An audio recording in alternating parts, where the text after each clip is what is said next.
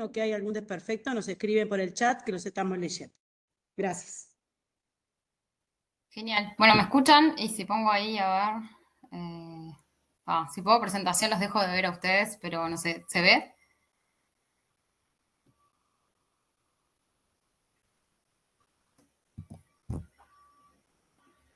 Hola.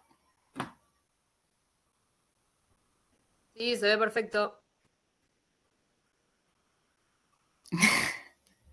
Buenazo, gracias. Bueno, arranco entonces. Pongo presentación y tal. Cualquier cosa me hablan porque no puedo ver, porque cuando puedo presentar dejo de ver la otra imagen, así que me pegan el grito. Bueno, gracias Nati por la presentación, gracias a los que están conectados y los que fueron personalmente, que sé que no es un día muy lindo en Montevideo. Una lástima que no pueda estar presencial, me hubiera gustado, pero bueno, justo me agarró de viaje, igual no me quería perder la oportunidad de poder participar y también agradecer a la invitación la invitación para participar en este ciclo de charlas que me parece súper interesante. Bueno, como decía Nati, y como dice el título, les voy a hablar sobre estos proyectos que trabajan con pingüinos. Es como un título, como que abarca varios proyectos que trabajan en esto que es como más general, que es utilizar a los pingüinos como centinelas del océano austral, es decir, como indicadores del océano austral. Bueno, mi doctorado se enmarca como parte de estos proyectos que lo realizo en el CURE de Maldonado. Y bueno, estos proyectos tienen fuerte colaboración con Francia, que de hecho investigadores de estas instituciones son mis co-tutores. Mi tutor es Álvaro, que está ahí parado. Del Centro de Estudios Geológicos de Chissé en Francia y del Museo Nacional de Ciencias Naturales de España. Y bueno, obviamente también con el apoyo del Instituto Antártico Uruguayo. Y bueno, y antes de ponerme a hablar del proyecto en sí, contarles como más en particular los objetivos y como la parte más de ciencia, quería contarles de forma muy, muy breve cómo llegué a trabajar con los pingüinos a la Antártida y a la Antártida, porque de hecho mi trabajo en la Antártida empieza muchos años antes que trabajar con pingüinos. A principios del 2013 yo ingresé al Instituto Antártico, a la Dirección de Coordinación Científica, a trabajar. Y bueno, y además del trabajo como más de oficina, digamos, administrativo, empecé a trabajar, a participar en las campañas de verano como coordinadora científica. Con Eduardo nos íbamos alternando en los diferentes veranos y bueno, íbamos haciendo esa tarea, cumpliendo ese rol durante el verano y mi primera vez entonces en la Antártida fue en mayo del 2013 y desde la campaña 2012-2013 y desde ese entonces he participado todos los veranos, he ido todos los veranos a la Antártida, o sea, los últimos 10 veranos de mi vida los he pasado en la Antártida.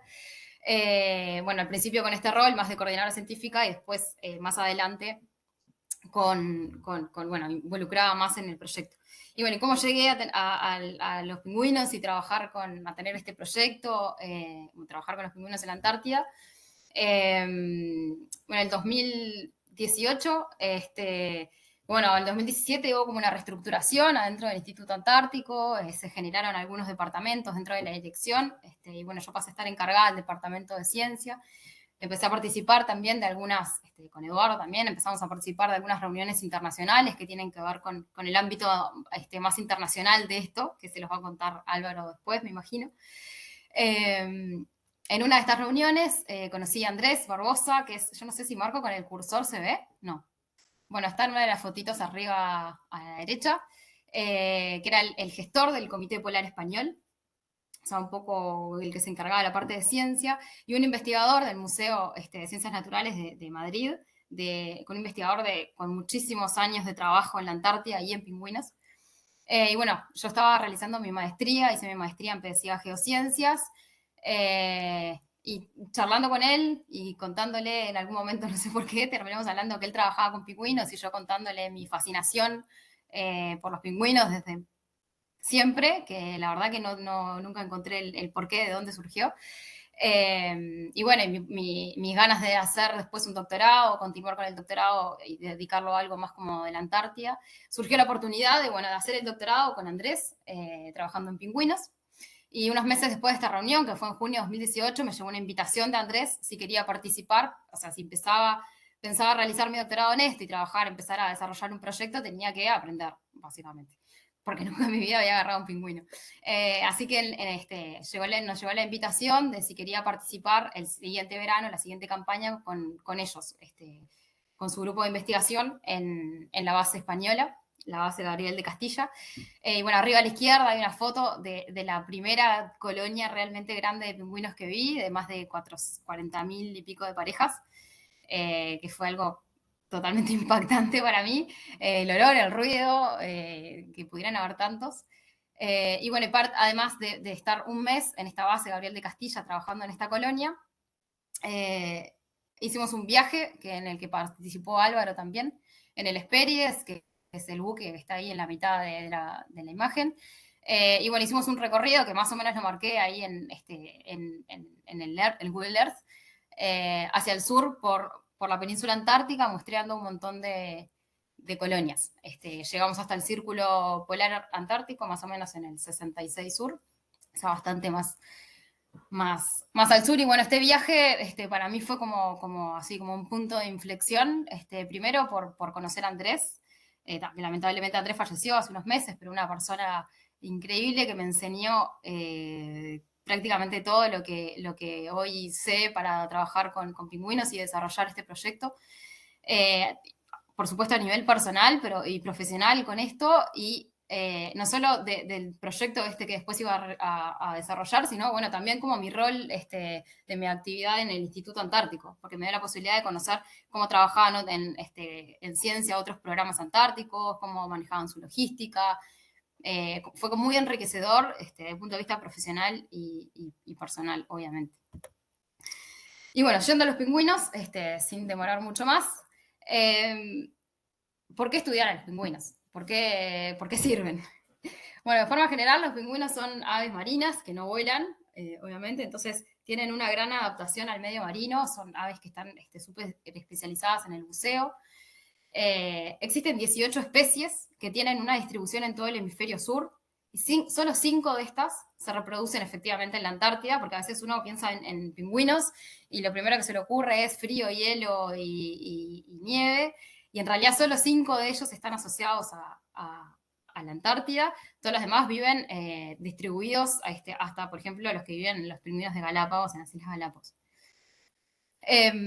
Bueno, normalmente son buenos modelos porque tienen muchas características, buenos modelos de estudio, características como, por ejemplo, que nidifican en colonias, son aves marinas que nidifican en colonias en tierra, o sea, salen del mar para nidificar. Entonces se agrupan en grandes cantidades y además por un periodo de tiempo se hacen disponibles a nosotros, o sea, los podemos agarrar, por ejemplo, para estudiar. Son considerados centinelas, esto que decía en el título, o sea, son especies indicadoras del medio en el que viven, en este caso el medio marino. Por ejemplo, por su condición de predador, pueden reflejar lo que está ocurriendo en niveles tróficos más bajos y nos pueden estar indicando los procesos que están ocurriendo.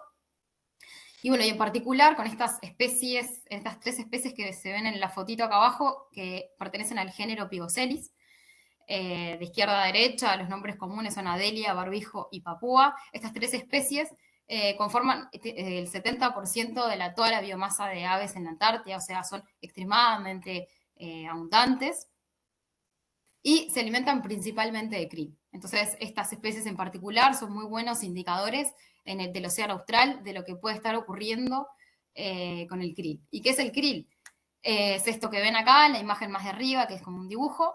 Esto simula la red trófica de la Antártida, que está basada en esta especie, en el krill, que es un crustáceo, parece un pequeño camaroncito. Es una especie fundamental de la que la mayoría de las especies en la Antártida se alimentan, como focas, ballenas, aves marinas como pingüinos o cualquier otra ave marina voladora. Entonces es una especie fundamental. Y al estos pingüinos alimentarse prácticamente de krill, nos pueden indicar de forma bastante directa, bueno, los cambios que están ocurriendo en esta especie clave de la red trófica. Y bueno, y en general, ¿qué está pasando en la Antártida? Que además, muchos habrán visto noticias en estos últimos días, no es ajena al problema del cambio climático.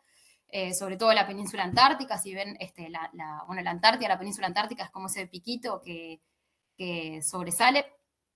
Es de las zonas polares más afectadas del planeta por el incremento de temperatura. A la derecha, esta imagen ha sido muy vista en los últimos días, sobre todo en Twitter. Este año, en julio, se batió el récord de mínima cobertura de hielo marino en la historia, al menos de que se tienen registros satelitales.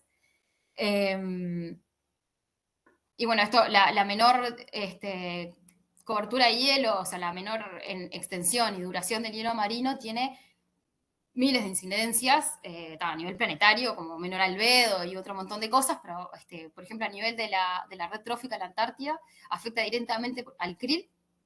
El krill, cuando yo digo krill, es una especie en particular, Euphausia superba, que es el krill antártico, porque hay otras especies de krill, pero me estoy refiriendo a esa en particular.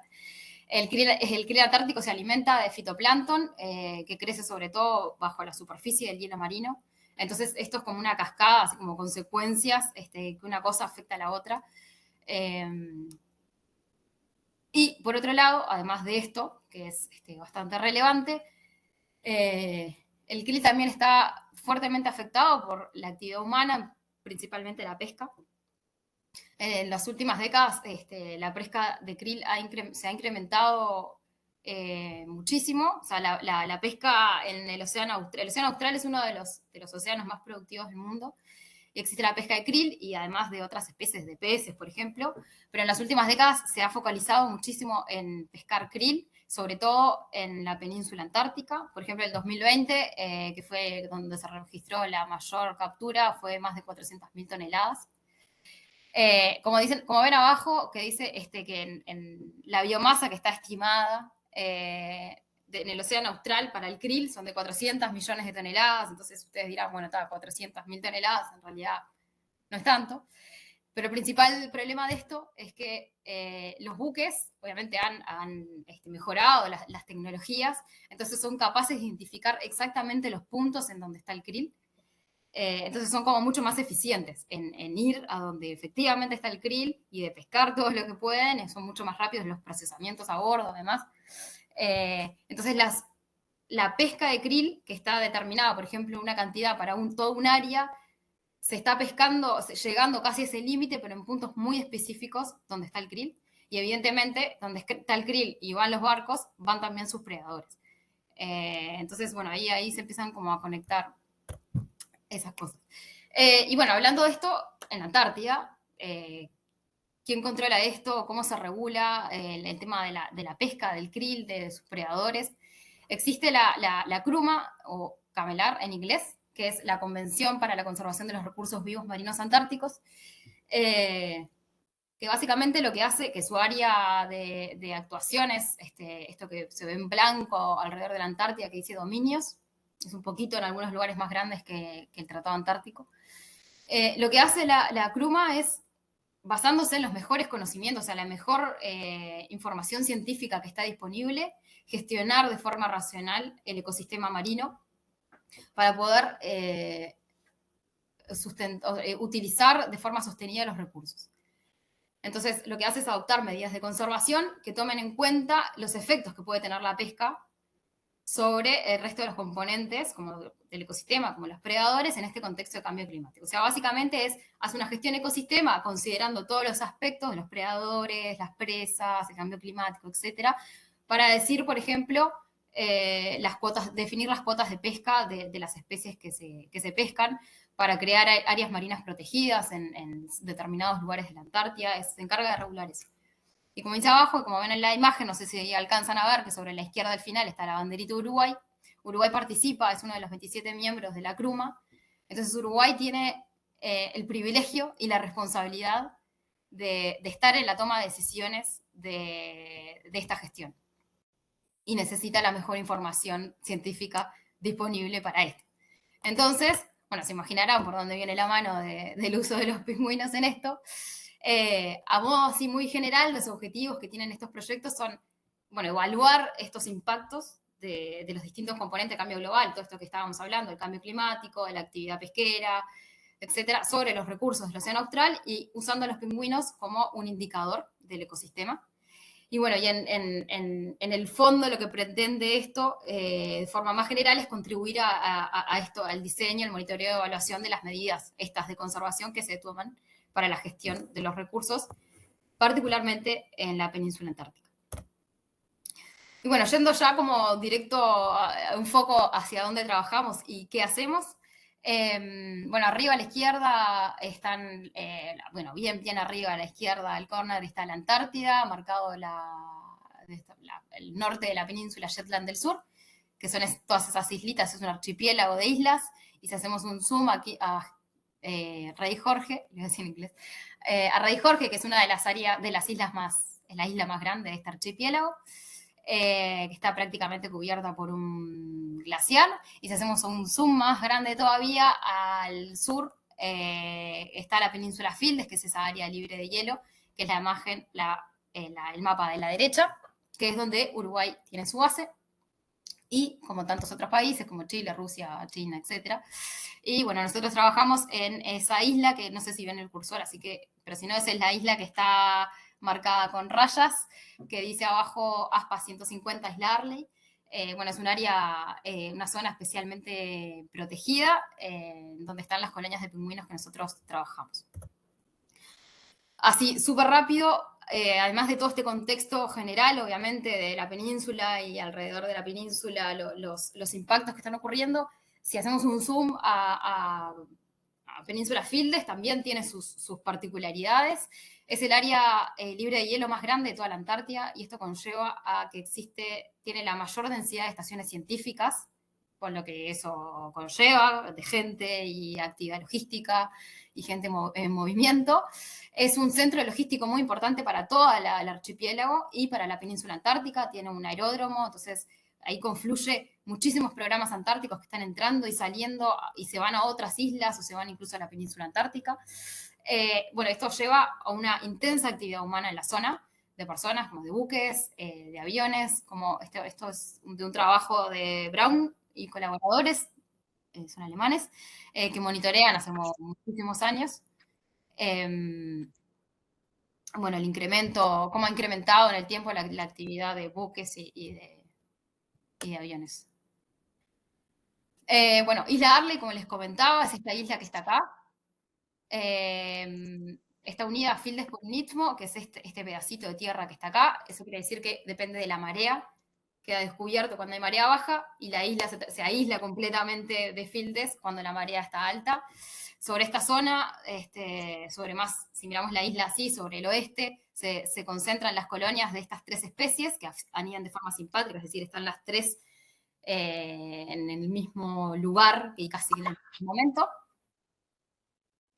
Bueno, acá muestran las tendencias poblacionales de las tres especies, que esto es particular para Arley, pero esto refleja lo que está ocurriendo a nivel más general en el oeste de la península antártica y las islas del sur, Shetland del Sur, en otras colonias. Que Barbijo y Adelia la tendencia poblacional están decreciendo, mientras que Papúa está incrementando. Bueno, les contaba que Arley está unida a Fildes por un istmo, que se ve arriba a la izquierda, que es esa barra de arena, que bueno, nosotros vamos caminando, si miran en el mapa anterior, caminamos desde donde dice Artigas, Uruguay, caminamos hasta la entrada donde está el istmo, que son más o menos unos 7 kilómetros, para cruzar acá. Cuando esto no está descubierto, o sea, porque la marea está alta, o tenemos la suerte que nos hayan llevado en bote, como se muestra abajo, o bueno, como la del medio, que a veces llegamos y la marea está alta y no nos queda otra que cruzar, y bueno, nos ponemos estos trajes y cruzamos caminando aunque esté cubierto, pero bueno, habitualmente lo que hacemos es caminar 7 kilómetros de ida, después 7 kilómetros de vuelta. Al final del verano uno vuelve agotado y flaco. Y bueno, ¿qué hacemos para poder abordar estos objetivos y todo esto que les venía comentando? Tenemos como dos grandes, como dos grupos de actividades. Por un lado, hacemos el seguimiento de distintos parámetros poblacionales, que esto Uruguay lo reporta a la CRUMA. Arley es un sitio CEMP. CEMP significa esto, Camelar Ecosystem Monitoring Program, Entonces Uruguay cada año, no es nosotros, sino que es Uruguay, reporta todos los años estos distintos parámetros que nosotros monitoreamos, que bueno, esto es parte de la información que la CRUMA utiliza para esta toma de decisiones que yo les comentaba. Y bueno, hacemos distintos conteos, básicamente llegamos y contamos, como ven arriba a la derecha, cuando están así todos los nidos bien ordenaditos y todo bien prolijo, contamos nidos que tengan huevos y después esperamos que esos huevos eclosionen y contamos los nidos que tengan pichones. Y después que esos nidos, después que esos pichones crecen, los nidos se desarman porque los adultos ya no cuidan específicamente al pichón en el nido, sino que los adultos se van y los pichones quedan solos y se agrupan, como se ve arriba, en las llamadas guarderías. Son como muchos pichones agrupados para protegerse, mantener el calor, etcétera. Los contamos en esa instancia cuántos pichones. Esos tres conteos al final de la temporada nos están indicando el éxito reproductivo que tuvo esa colonia. O sea, de las parejas que tuvieron nido y que pusieron huevos, ¿cuántos de esos huevos al final llegaron a ser pichones grandes que ya están en una guardería? Y al final, una vez que los pichones pierden ese plumón y pasan a tener plumas y quedan como juveniles, pasan a ser juveniles, la misma pluma que los adultos, lo que hacemos es pesarlos, que se ve abajo, que nos da un indicador de, bueno, cómo fue ese verano en materia de la cantidad de recursos. O sea, qué tan bueno, qué tan malo fue para los adultos ese verano, porque los adultos van al mar y les traen comida a los pichones. Entonces, capaz que nosotros en los conteos que hacemos vemos que hay la misma cantidad a lo largo de los años, la misma cantidad de pichones y parece que todo va muy bien, pero algo que puede pasar es empezar a ver que los pichones, no sé, un año pesaron la mitad. Entonces eso, bueno, nos da un indicador de, bueno, entonces la disponibilidad de alimento o la calidad del alimento no fue la misma que el año anterior que había empezado el doble. Eso se reporta a Camelar. Bueno, esto es no sé si lo llegan a ver. Simplemente una cosa es verlo en fotos y otra cosa es verlo en un videito, son súper cortitos. El primero es un día lindo, soleado, con todos los pinchones ordenados, o sea, todos los nidos ordenaditos. Y el siguiente es un día horrible.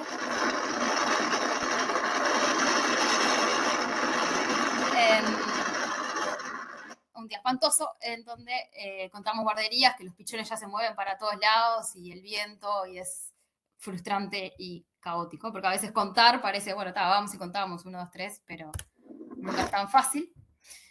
Y bueno, lo siguiente que hacemos de estos dos grupos como de actividades es el comportamiento de forrajeo. O sea, el comportamiento de alimentación. O sea, qué hacen, a dónde van, dónde comen, qué comen. Y para esto, bueno, esto, igual que los parámetros poblacionales, lo registramos desde que empezó el proyecto en 2019-2020 y estamos trabajando en las 2 especies, en Papúa y en Adelia. Barbijo, la población de barbijo en la isla Arley está prácticamente desaparecida. El verano pasado solo habían 6 parejas, así que no trabajamos con ellos porque el impacto sería demasiado grande. Y lo que hacemos es colocarles estos dispositivos, la marca es Axitrex, estos loggers en la espalda, con cinta, como se ve arriba a la izquierda, les ponemos cinta en las plumas y después hacemos un paquetito y se los dejamos puestos 5 días aproximadamente y entonces registran todos los viajes al mar.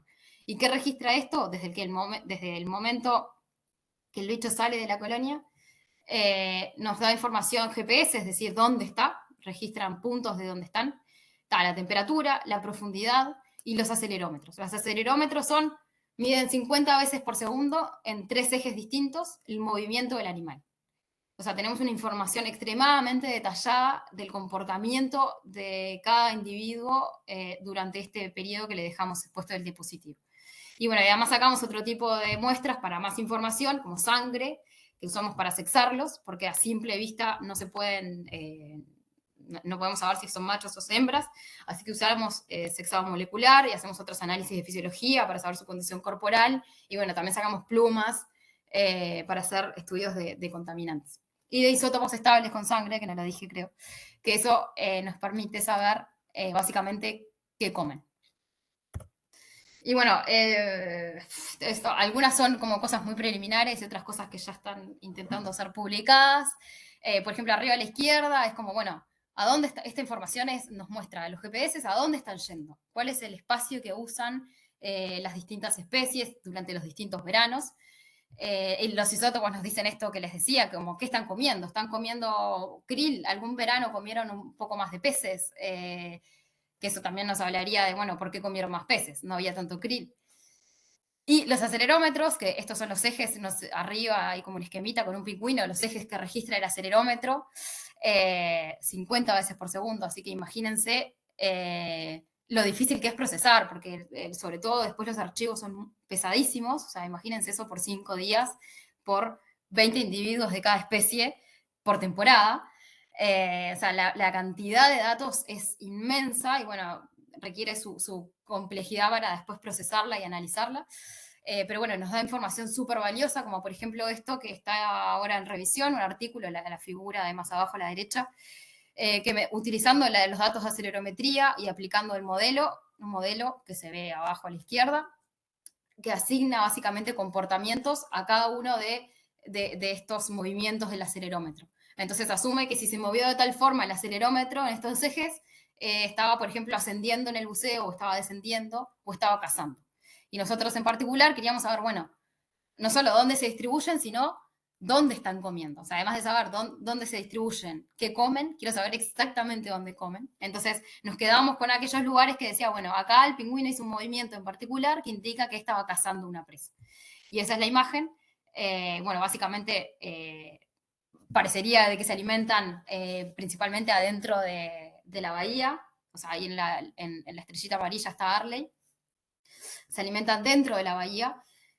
Bueno, esto vimos, que no me daba el tiempo de poner todas las imágenes, además si no era locura, pero bueno, a lo largo de los veranos vimos que esto fue cambiando, algunos años se tenían que ir mucho más lejos, se tenían que irse fuera de la bahía, y esto empezó con esto empezaron a surgir un montón de nuevas preguntas y nuevas cuestiones para investigar, que es como, bueno, ¿qué pasó?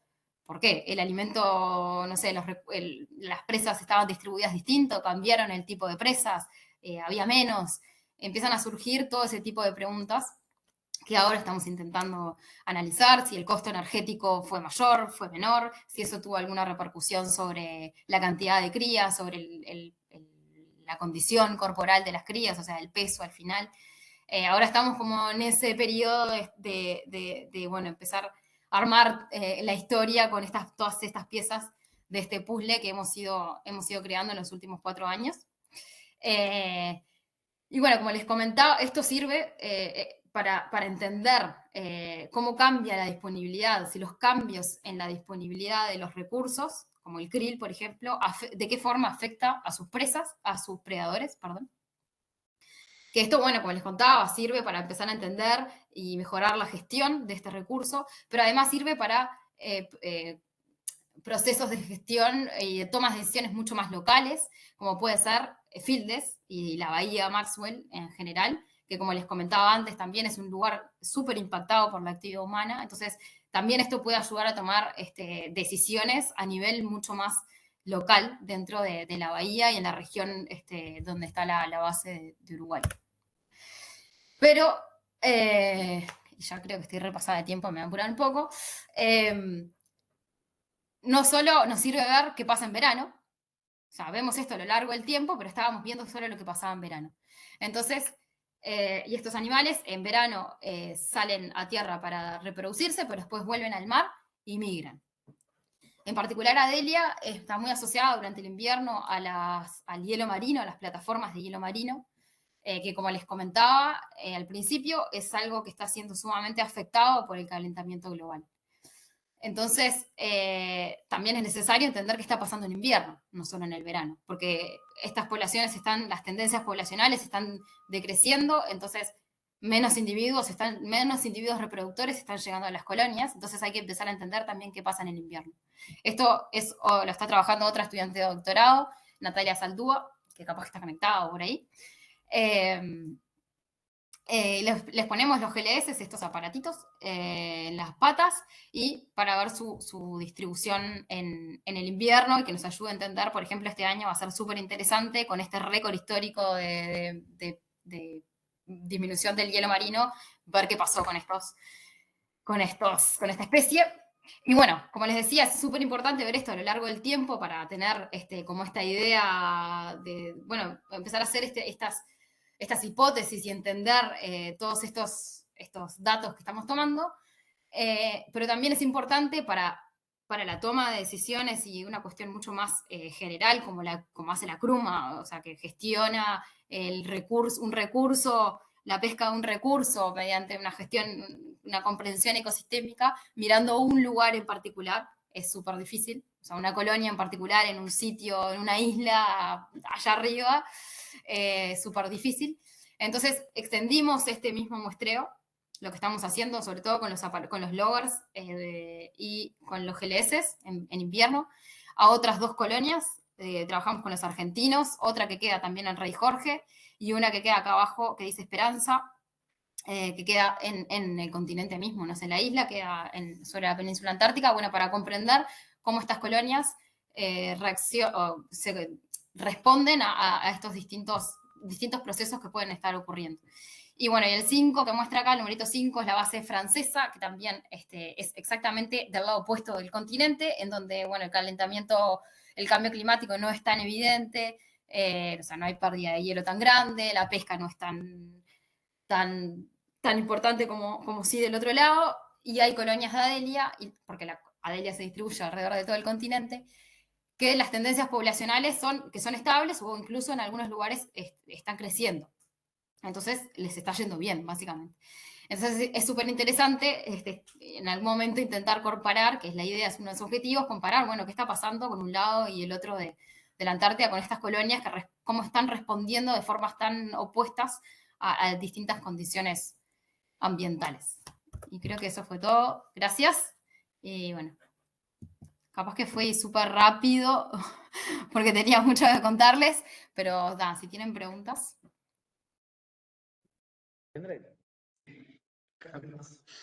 Bueno, gracias por venir, como decía Ana, en realidad gracias por la invitación también, es un placer. Hacía tiempo que veníamos conversando de participar de esta iniciativa. Parece que es fundamental que haya más instancias de estas, así que bueno, agradecerles y bueno, un placer estar acá. Parte de las razones por las que prefería estar en la segunda parte del día de hoy es que Anita iba a explicar mucho mejor lo que tuviera para decir. Y bueno, creo que quedó muy claro, no tengo nada que agregar. No, también lo otro que intenté hacer, partiendo de la base de que en función de lo que hablara Anita, había algunas cosas que quizás valía la pena que desarrollara un poco más y algunas menos. Mi presentación es un montón de fotos y mi intención es ir contándole cosas. Al retomar algunas que ya mencionó Ana y capaz que profundizar en algunas que no que ella no mencionó. ¿Paso? Sí, sí. Bueno, seguramente cuando hablamos de Antártida, al 99,5% de los uruguayos se les ocurre algo parecido a esto, ¿no? A su imagen viene algo parecido a esto. Al 99,5% de los uruguayos a los que se le viene algo cuando le decimos Antártida, ¿no? Un montón de lejísimo del tema y no tiene una imagen visual para representar Antártida. Para los que de alguna forma han estado vinculados, la base Artigas, que es la principal base antártica de Uruguay, es lo que se le viene a la mente, y seguramente las experiencias que puedan tener asociadas a la Antártida están asociadas a este pedacito de territorio antártico, que es la base Artigas y su entorno inmediato, que era algo de lo que mostraba Anita en la presentación anterior, cuando hablaba de la península de Fildes. Este tipo de fotos son de las cosas seguramente más comunes de encontrar cuando alguien tuvo la oportunidad de viajar a la Antártida, que normalmente por Uruguay significa tuvo la oportunidad de ir a base Artigas, y bueno, esta es como la foto más común, que da una idea de lo que vemos normalmente desde base Artigas. Da también una idea de la relevancia de la cooperación. Ahí, si miran bien, además de la bandera de la Universidad de la República, está la bandera de Alemania, y eso es porque en ese momento en base Artigas, además de investigadores uruguayos, había investigadores alemanes, y eso es un componente súper frecuente y característico de la actividad antártica, la cooperación con otros países, ¿no? Creo que a esta altura es casi imposible ir a base Artigas durante el verano y que no haya algún extranjero o de visita o permaneciendo ahí trabajando por algunos días. No, yo no estaba. Yo estaba en Isla Arley con los pingüinos de Anita, porque Anita había vuelto y me había dejado a cargo de los pingüinos. Pero esta es una foto que no es nuestra, pero que perfectamente podría ser nuestra, o capaz que es nuestra y está subida a internet, que es muy parecido a lo que les mostraba Anita, y que es otra imagen que quizás algunos un poquito más familiarizados con la actividad antártica Uruguay evoquen cuando hablamos de Antártida, ¿no? Y una de las cosas, esto seguramente sea, bueno, esto tiene que ser, ¿qué tamaño tienen los pollos? Será ¿Me diciembre. escuchás? Un Eso es diciembre en el que ya el Arley. hielo se derritió, queda un poquito de hielo por ahí, y es una Antártida bastante verde, si lo ven, ¿no? Esto que les mostré tiene muy poco que ver con la Antártida. La Antártida que nosotros conocemos es la Antártida más al norte que uno puede estar estando en la Antártida, ¿no? La ubicación geográfica de Base Artigas es ese circulito que muestro ahí, lo mostraba Anita antes, pero para darles una referencia del área que normalmente conocemos, ¿no? Cuando hablamos de Antártida en general, la mayoría estamos hablando de una experiencia restringida a un lugar muy particular, y que es muy particular porque es un lugar específico geográficamente y porque además es un lugar que tiene particularidades para lo que es el continente antártico. Es un lugar es lo que decía, ¿no? Es la zona que está más al norte, es el sector más al norte. Entonces es un lugar que tiene, más allá de lo extremo de las condiciones en relación a lo que estamos acostumbrados a vivir en Uruguay, y sobre todo, y de esto yo tengo cero experiencia, esas condiciones extremas se vuelven marcadamente extremas durante el invierno, ¿no? No deja de ser la zona donde las condiciones son más favorables, sobre todo para los organismos más desarrollados, por decirlo de alguna forma. En realidad esta foto, además de razonar en cuál es el pedacito particular de la Antártida al que normalmente nos referimos cuando hablamos de Antártida, el otro propósito de esta imagen es ser conscientes del tamaño de la Antártida, ¿sí? Más allá de las proyecciones en la pelota, esta que vemos acá, estamos hablando de un continente de, si no me falla la memoria, 14 millones de kilómetros cuadrados, ¿sí? Bien. Esto capaz que se parece un poco más a la imagen, esto es muy raro verlo en la zona donde nosotros normalmente andamos, en las zonas un poquito más al sur, en el costado, sobre todo en el lado oeste de la península, que es donde la península antártica, que le contaba a Ana, que es donde por otro lado se concentra la mayor parte del turismo antártico. Bueno, esto se parece un poco más al tipo de imagen que uno ve. Si se va bastante más al sur empiezan a aparecer cosas así, pero en realidad, o así, pero en la Antártida es esencialmente así. Y esencialmente así a 2.000 o 3.000 metros de altura, ¿no? La Antártida es o la mayor parte de la Antártida es un gran plató, es una gran meseta helada y vacía. Y sin rastros de organismos como aves o focas o pastos antárticos o líquenes. Es un gran desierto de hielo, donde no hay agua. Y uno de los enormes desafíos es, bueno, permanecer en un lugar donde no hay agua a 3.000 metros de altura. Piensen los que han ido, yo qué sé, a Ecuador o les ha tocado estar, no sé, bastante más alto de lo que estábamos acostumbrados nosotros a vivir, lo difícil que es el tema de la saturación de oxígeno y demás, pero además con temperaturas que rondan los -40, -50, -60 grados Celsius de temperatura, extremos de -90. Y entonces el desafío de operar en esos lugares es, desde el punto de vista tecnológico, enorme. Esto que ven acá son unas caravanas que se hacen para llevar combustibles y materiales desde la costa, o en algunos casos hay algunos lugares donde aterrizan aviones en esta gran meseta y de ahí se trasladan los materiales a las bases.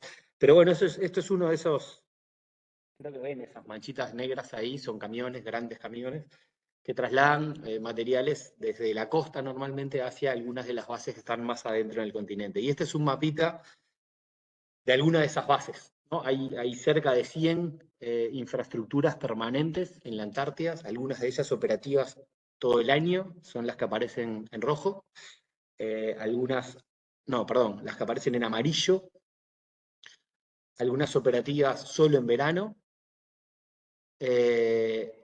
y bueno, de acá me gustaría mencionar 2 o 3 cosas. Primero, la enorme proporción de esas bases que están en los primeros 10 kilómetros de distancia de la costa, ¿sí? Y que se parecen un poco más a las condiciones que estamos nosotros acostumbrados a ver en bases artigas. No se nota por esta imagen, porque habría que hacer un zoom, pero la península antártica y las islas Shetlands, que es donde está nuestra base, es donde se acumula la enorme mayoría, la península antártica occidental, al lado oeste, es donde están presentes la enorme mayoría de esas bases, ¿sí?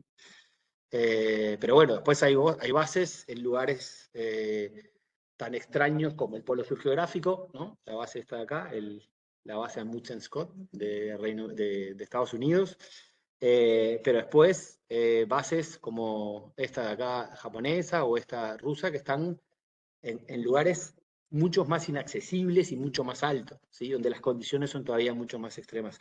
Anita hoy hablaba de la base francesa, que me quedó acá tapadita, y la otra que quería mostrarles también, Concordia. Esta que está acá, Concordia, es una base, no sé si se ve la manito, si no, bueno, Concordia, que está en lente o tiene buena vista, la pueden ver. Es una base coadministrada entre Francia e Italia. Es evidentemente una base permanente. Las bases en condiciones tan extremas, si no están ahí hay algunas rojas, pero en general si no permanecen abiertas todo el año es básicamente imposible el esfuerzo de volverlas a abrir el año siguiente. Y bueno, creo que la foto esa que les mostraba de esa caravana es una caravana que está llevando materiales desde la costa hasta la base Concordia. Miren la distancia, ¿no? Para hacerse una idea. Ahora voy a volver a hablar de eso. Esta, por ejemplo, es otra base, para cambiar un poco la imagen de lo que a veces uno imagina como una base. Acá en verano llega a haber, además de que hay un Starbucks, no me acuerdo si hay McDonald's, y hay en verano más de 3.000 personas. Bueno, es la base americana más grande, americana y más grande en la Antártida. Esta, por ejemplo, es una base australiana, no me acuerdo el nombre, siempre me olvido. Digo, para tener ideas de tamaños y de referencia. Y esta, por ejemplo, es la base Brown, que es una base de verano argentina. Es uno de los lugares más visitados de la Antártida desde el punto de vista turístico. Pero también para hacerse una idea de las diferencias que hay cuando hablamos de bases antárticas, ¿no?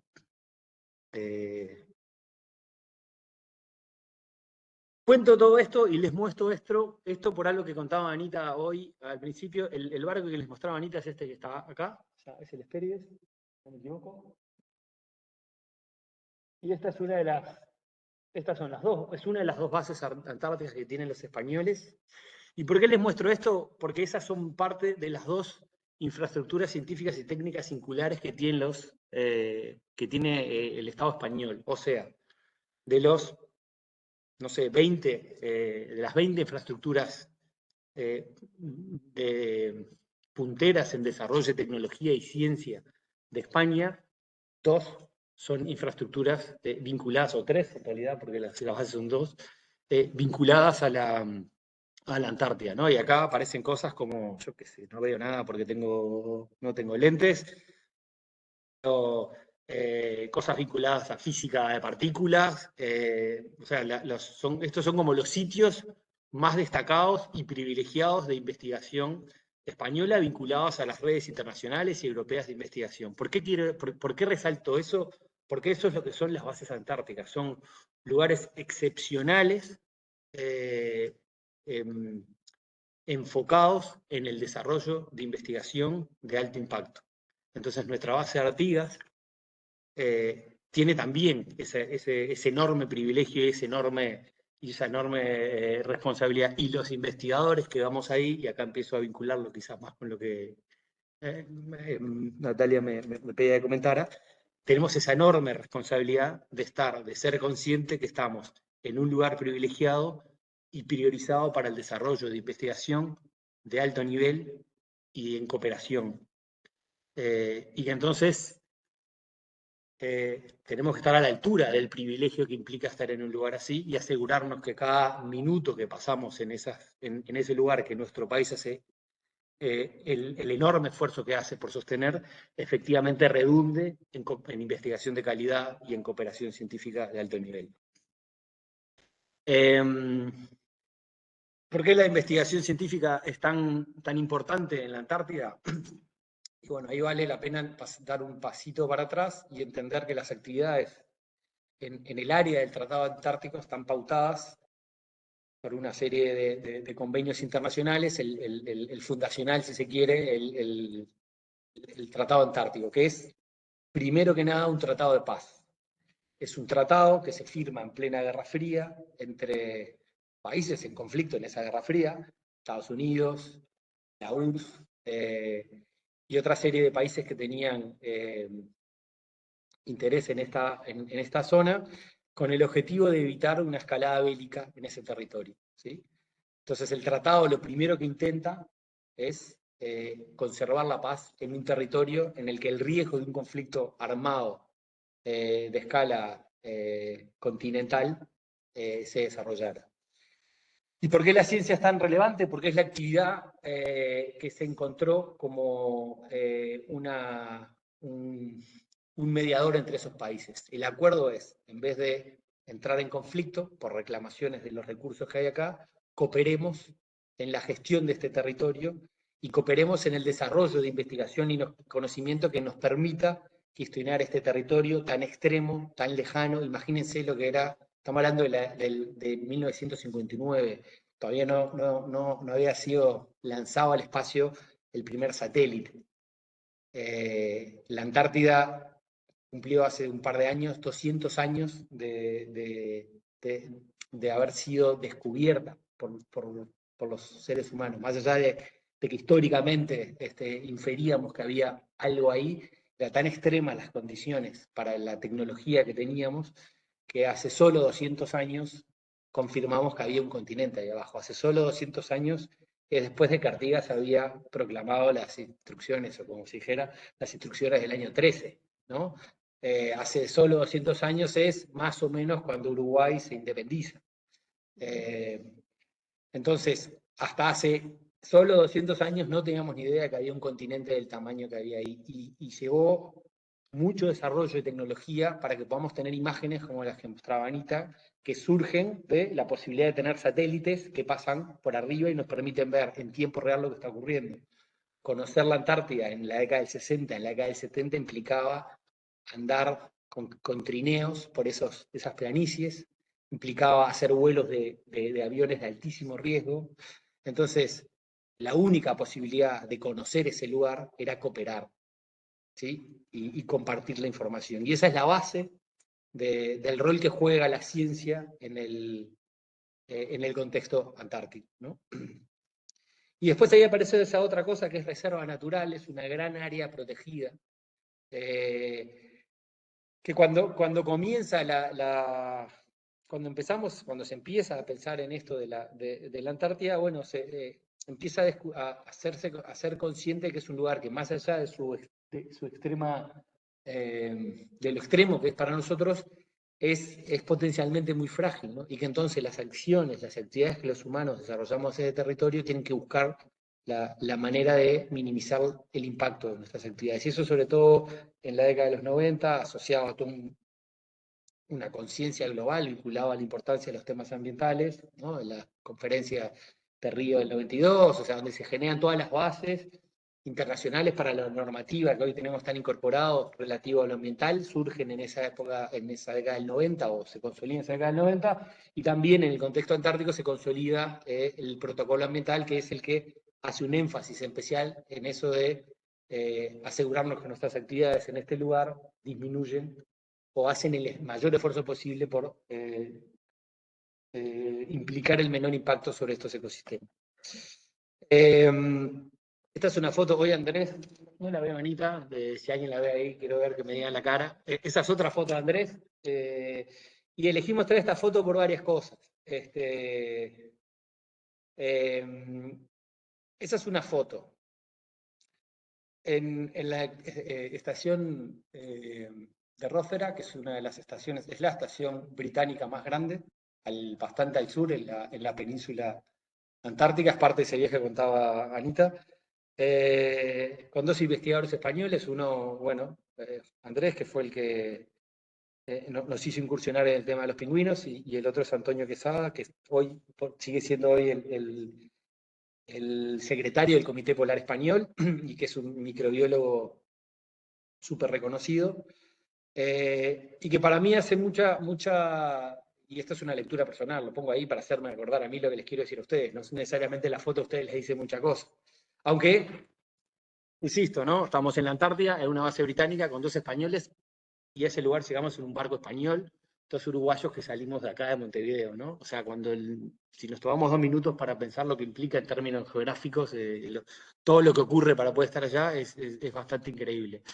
Pero lo que para mí refleja es algo de lo que decía Ana, esas enormes oportunidades de cooperación en ciencia que nos da la posibilidad de hacer actividad antártica. La actividad antártica no solo nos permite hacer la ciencia que a nosotros nos interesa, sino que nos permite acceder a cooperación en ciencia con el resto del mundo y desarrollar actividad científica en base Artigas, o en el Hespérides, o en la base Rófera, o en la base francesa que les mostraba Ana. Nos abre unas oportunidades de cooperación y de desarrollo en temas científicos que es casi imposible encontrar en otro contexto, ¿sí? Pero todo esto es lo que pasa en la Antártida. El otro pedazo enorme, y de esto algo Anita mostró también al principio, y quizás la parte más significativa, lo que les conté es la parte divertida, la parte que a todos les gusta, lo que nos emociona, vamos a contar pingüinos, y vamos a tener mucho frío, y contar que nos sacamos fotos con la cara toda blanca y tapada, pero esa es la aventura personal, que está muy bien, pero que no es lo importante. Lo importante es Uruguay coadministra este continente con otros países. Y cuando digo coadministra es tomamos de manera consensuadas decisiones sobre qué se puede hacer y qué no se puede hacer y cómo respondemos a las cosas que ocurren en la Antártida. Entonces, alguna de lo que mencionaba Anita, porque es importante esa información que ella mostraba de los sitios donde comen los pingüinos en el entorno de Isla Arley, porque esa información es lo que nos permite organizar, por ejemplo, el movimiento de buques en el entorno ese para minimizar los conflictos, ¿no? Para que la actividad, el movimiento de buques tenga el menor impacto posible sobre estas poblaciones de especies que nos están contando sobre lo que está pasando en el ecosistema en general, o para regular dónde se puede pescar o no, y esas decisiones se toman en estos ámbitos. Y en realidad la actividad antártica que hacemos físicamente en la Antártida es esencialmente un componente de la política exterior del país. Lo que estamos haciendo cuando hacemos actividad antártica es contribuir a posicionar al país en los foros internacionales de los que Uruguay participa y de las negociaciones internacionales que Uruguay lleva adelante con el objetivo de posicionarse como país en las mejores condiciones en el vínculo con los otros países. Entonces, todo lo que hacemos está hecho para sostener estas negociaciones, estos acuerdos. Y estos acuerdos que son tan importantes porque de las decisiones que se toman ahí, buena parte de cómo respondemos en la gestión de este continente a los enormes desafíos por los que transita. Anita hoy hablaba del tema del cambio climático, hablaba del tema de la pesca, el turismo es otro problema que empieza a aparecer o empieza potencialmente a ser un problema en las zonas que son altamente visitadas, la contaminación que llega por la actividad que se desarrolla ahí, pero también por la actividad que se desarrolla muy lejos de la Antártida.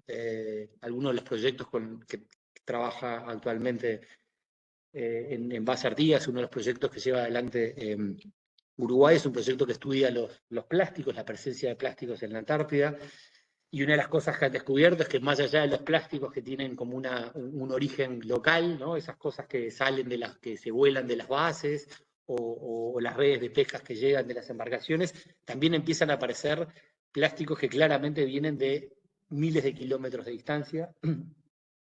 Entonces, bueno, ¿qué decisiones tomamos para gestionar adecuadamente la Antártida? Esas decisiones se toman en estos ámbitos internacionales, se toman sobre la base de la información que generamos.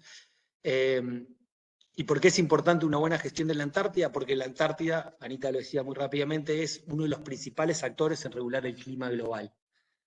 Buena parte de lo que pasa en la Antártida tiene que ver con qué nos pasa, cuándo llueve y cuánto llueve en Uruguay. Buena parte de lo que pasa en la Antártida tiene que ver con cómo funciona este sistema de circulación de aguas a lo largo de los océanos, que se llama la circulación termoalina, que es fundamental en mantener un clima a lo largo del planeta relativamente no extremo, ¿sí? Como que contribuye a redistribuir la temperatura en el planeta y que las zonas frías no sean tan frías y las calientes no sean tan calientes. La extensión del hielo marino es un componente fundamental, además de para sostener los procesos ecosistémicos que producen recursos marinos de interés comercial, como el krill, como la merluza negra, que sostiene la actividad económica, pero además son fuente de alimento a un mundo en crecimiento y donde los recursos alimenticios a partir de la actividad agrícola empiezan a tener un tope, y entonces lo marino, las proteínas que podemos extraer del mar se vuelven clave. La extensión del hielo marino contribuye mucho a aumentar la reflexión de la luz solar, ¿no? Es como, bueno, hace que una menor cantidad de la radiación solar se retenga en forma de calor en el planeta, sino que rebote y de alguna forma vuelva. De la misma forma que una camiseta blanca en la playa nos hace tener menos calor que una negra. Y todo eso, bueno, en estos procesos de cambio por los que está transitando la Antártida, por lo que está transitando el planeta y que se refleja en la Antártida, es cómo respondemos a eso, esas decisiones se toman en estos foros. Y voy a terminar con esto último, que ya lo mostró Anita, pero quiero hacer como un hincapié en lo que quiero decir cuando hablamos de hielo marino. El continente es esto que ven acá, ¿no? Se ven los bordecitos relativamente rugosos. Todo el resto que ven acá es hielo, es agua marina congelada. Esto lo he contado a Anita, que bueno, ha venido disminuyendo a lo largo de los últimos años, y este año es un año particularmente anormal. Significa que esta superficie que refleja radiación solar es cada vez más chica, o este año es particularmente chica. Y eso, bueno, asociado a el océano austral juega un rol muy importante en capturar carbono atmosférico, en absorber temperatura, buena parte de la temperatura que no ha aumentado del planeta está asociado a la temperatura que ha almacenado el océano.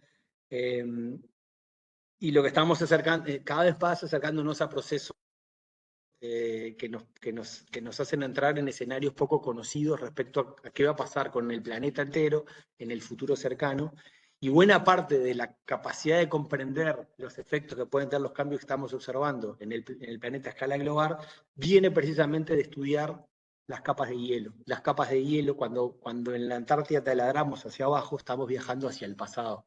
Estamos viendo ¿cómo se llama? Las burbujitas de aire que vemos ahí son aire que quedó capturado hace cientos o miles de años. El polo, las concentraciones de los gases en ese aire, es lo que nos permite entender cómo ha reaccionado y respondido el planeta a los cambios por los que ha transitado en los últimos cientos de miles de años, y entonces son la mejor información que tenemos para entender cómo va a responder el planeta a los cambios por los que estamos transitando ahora y cuáles son los riesgos más probables, las urgencias que tenemos que atender más como colectivo global para que los efectos de estos cambios por los que estamos transitando impacten de la menor manera posible sobre nuestros países. Y me refiero a cosas que están ocurriendo, o sea, la Antártida nos sirve para entender lo que va a estar pasando en el resto del planeta, y cómo responde a la Antártida a estos cambios va a hacer que tengamos más o menos tiempo para adaptarnos.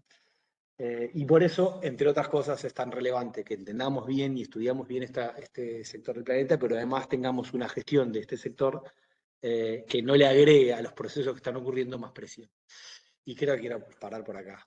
No sé si hay alguna pregunta que quieran hacer.